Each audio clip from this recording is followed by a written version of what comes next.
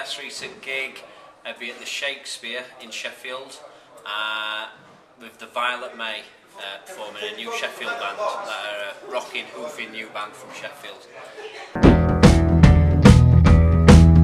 Club 60, little scuzzy venue down in Sheffield, little basement, private run little thing.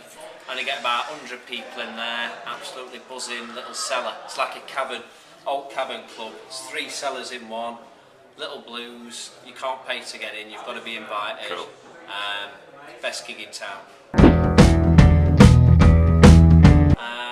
The dirtiest, smallest venue. This is a nice venue, nice and dirty. I think you've got to smell a venue if you walk in a venue. If you walk in a venue and it smells of paint or smells of like kind of corporate cock, I don't want to know.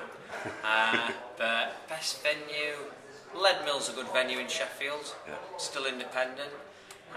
They're still packing them in, but being slightly damaged by O2, which I don't particularly like because that smells of new paint.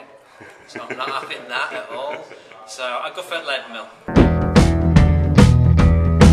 Personally, I don't think there's many records. The only records that I think matches the live music are live records. Yeah. So you take a live record like Who, say, live at Leeds, or Thin Lizzy's classic live album. I think they're just much better. I think what you get from a live gig, what you get from a performer compared to in a studio, just don't really compare. I think studios often stifle people. The way they produce records nowadays, they rely on technology rather than human spirit and people actually performing. Yeah. So they get you to whack it down 5 times and then they'll go, oh yes, don't worry about that, we'll be able to neaten it up in mix. Yeah. What's that about? Yeah. You know, real playing. So a live album for me every time. Dream gig, line up, that bit cheesy bit, just because a childhood hero, Jimi Hendrix on guitar, I'd have to have Hendrix wielding axe.